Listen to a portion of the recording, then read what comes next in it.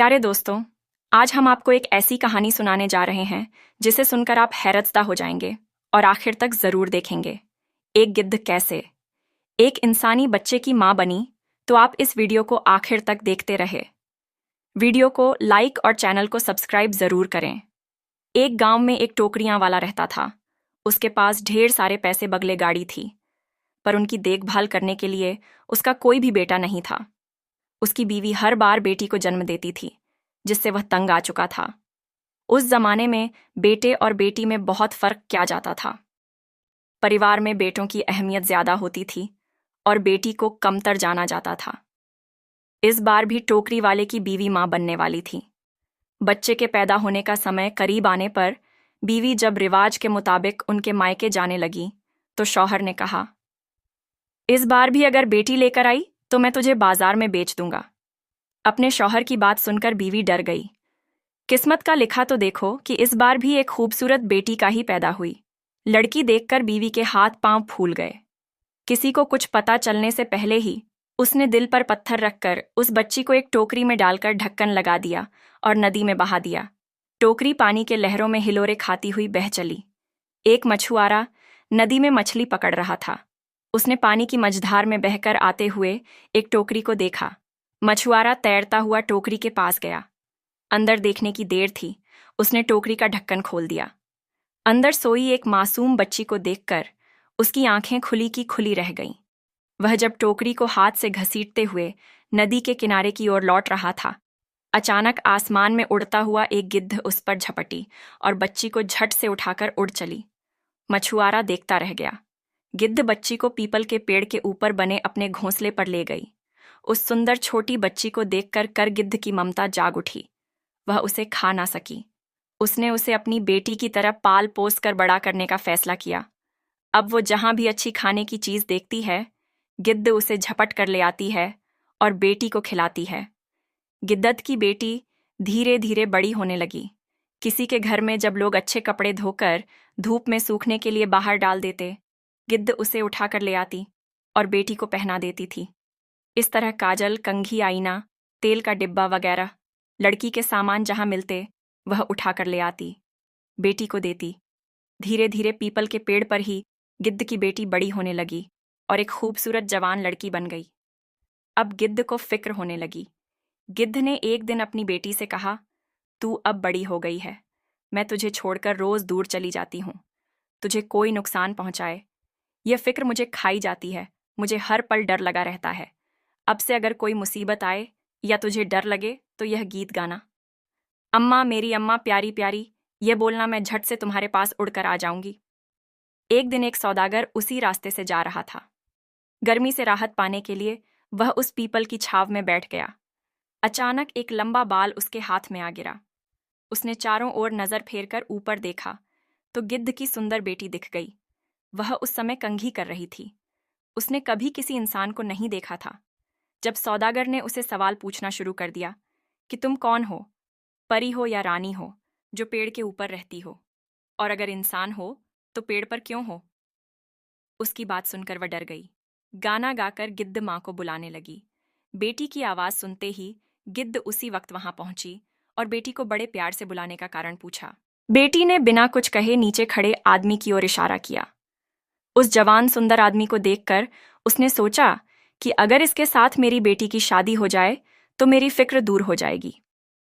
वह नीचे उड़कर सौदागर के पास आई और उसे अपनी बेटी के बारे में सब कुछ बता दिया। सौदागर ने कहा, मैं एक रईस हूं और मेरी पहले से ही 3 बीवी हैं। अगर तुम्हें इस बात से कोई ऐतराज नहीं है तो मैं तुम्हारी खूबसूरत बेटी से शादी करने के लिए तैयार हूं।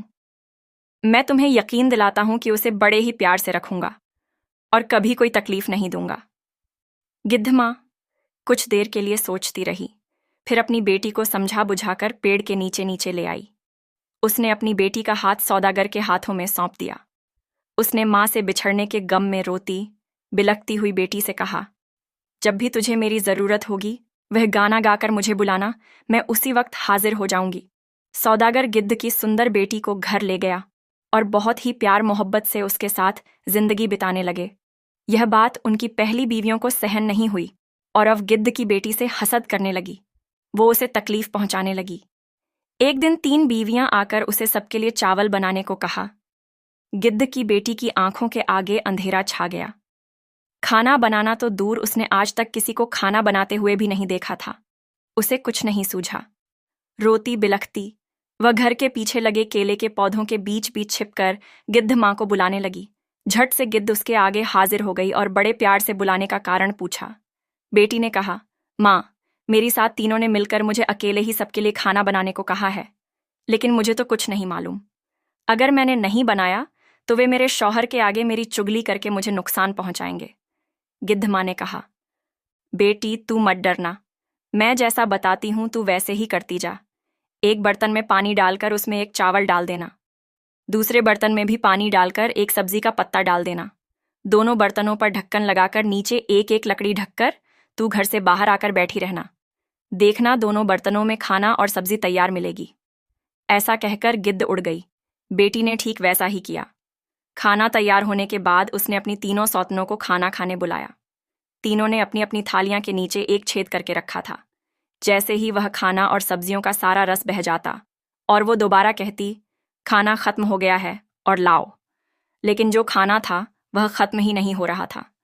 आखिर में तीनों सौत हारकर शर्म से उठकर चली गई। एक दिन तीनों ने मिलकर गिद्ध की बेटी को गायों को रखने का घर साफ करने को कहा। उसे कहाँ साफ सफाई की आदत थी, उसने तो कभी कुछ नहीं किया।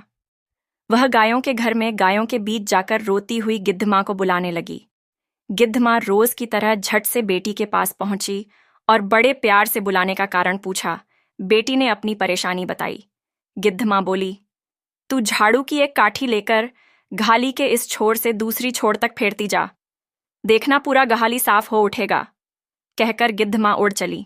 माँ के बोलने पर वैसे ही बेटी ने काम किया और देखा कि गहाली एकदम चमक उठा है। सौदागर गिद्ध की बेटी के कामकाज को देखकर और खुश हुआ और ज्यादा प्यार करने लगा। इस तरह दिन बीतने लगे। हर साल की तरह घर में एक दावत होने लगी।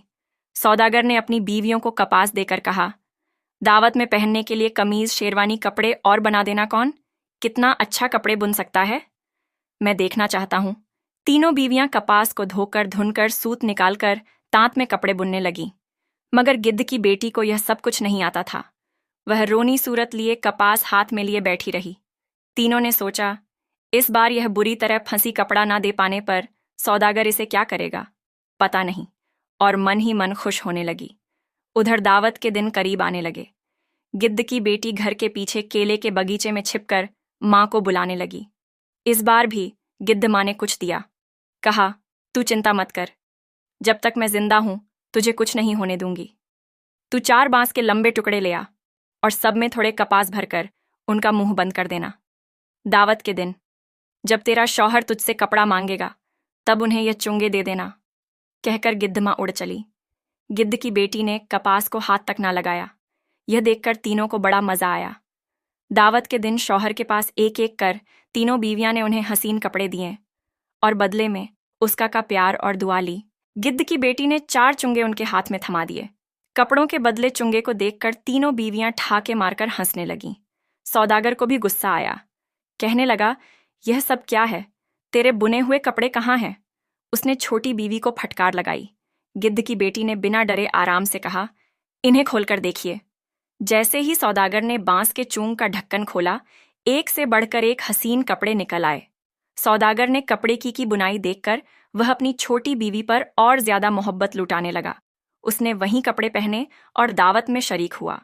धीरे धीरे तीनों बीवियों को पता चला कि एक मादा गिद्ध आकर उसे सब कुछ सिखा जाती है। उन लोगों ने चुपके से वह गाना भी सीख लिया और एक दिन धोखे से गिद्ध को बुलाकर डंडे से पीट पीट कर उसे मार डाला। गिद्ध की बेटी को इसकी कोई खबर नहीं हुई। अब जब भी वह गिद्ध माँ को बुलाती वह नहीं आती थी। ऐसा कई बार होने पर उसने समझ लिया कि उसकी तीनों सौतन ने मिलकर गिद्ध माँ को मार डाला। वह कमरे में बैठकर फूट फूट कर रोने लगी। गिद्ध माँ वापस नहीं आई। एक बार सौदागर काम से नाव लेकर निकला।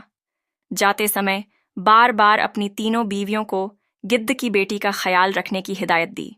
शौहर के सामने तो वे अच्छी बनने का नाटक कर रही थीं, पर उनके जाते ही गिद्ध की बेटी को घर से निकालने की तरकीब बनाने लगी। तीनों मिलकर भोली भाली गिद्ध की बेटी को एक बाजार के आदमी के हाथों बेच दिया। उसे बहला फुसलाकर मेहंदी काजल खरीदने के बहाने आदमी के नाव में बिठा दिया और सोच के मुताबिक बाजार के आदमी ने भी खूबसूरत लड़की पाकर नाव लेकर चला गया। नदी किनारे अपने घर ले जाकर आदमी ने उसे सूखी मछली की रखवाली करने को कहा।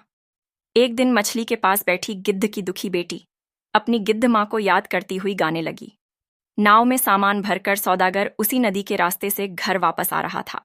उसने अपनी छोटी बीवी की आवाज़ पहचान ली और जल्दी नाव लेकर उसके पास गया और उसे सारा मामला पूछा। उसने उसे सारी कहानी कह सुनाई। उसकी कहानी सुनकर उसे बहुत दुख हुआ और उसे अच्छी तरह नहलाकर कपड़े पहनाए। उसने एक बड़े लकड़ी के बक्से में सांस लेने के लिए 2 छेद किए। उसके अंदर गिद्ध की बच्ची को रखकर घर ले आया। तीनों बीवियां शौहर के नाव में ढेर सारा सामान लाते देखकर फूले न समाई और उनके के लिए सज धज कर बाहर आ गई। सौदागर ने पूछा, मेरी छोटी बीवी गिद्ध की बेटी नहीं दिख रही है, वह कहाँ है? उन्होंने जवाब दिया, वह अपनी मायके गई है। सौदागर ने कहा, मेरा मन कह रहा है कि तुम लोगों ने उसके साथ जरूर कुछ बुरा किया है। कौन सच कह रहा है और कौन झूठ, अभी पता चल जाएगा। सौदागर ने घर के पीछे एक गड्ढा खोदा, उसमें अंगार के कोयले डाल दिए। उस पर तीनों बीवियों को उस पर चलने का आदेश देते हुए कहा, जो भी इस आग पर चलकर गड्ढे को पार करेगी वही सही साबित होगी। एक एक कर सौदागर की 2 बीवियां उस गड्ढे पर गिरकर मर गईं। तीसरी बीवी सच बोल रही थी, इसलिए वह अंगारों से चलती हुई पर जा पहुंची। जिस वक्त सौदागर की 2 बीवियां गिद्ध की बेटी को बेच रहे थे, उस वक्त वह किचन में खाना बना रही थी। उसे इसके बारे में कुछ मालूम ना पड़ा। सौदागर ने लकड़ी के बक्से से गिद्ध की बेटी को बाहर निकाला और दोनों बीवी के साथ हंसी खुशी जिंदगी बिताने लगा। दोस्तों, आज की इस वीडियो के बारे में आपकी क्या राय है? कमेंट बॉक्स में जाकर ज़रूर कमेंट करें। वीडियो को लाइक और हमारे YouTube channel voice of Sayeda को सब्सक्राइब करना ना भूले। मिलते हैं एक नई वीडियो के साथ, तब तक के लिए अल्लाह हाफिज।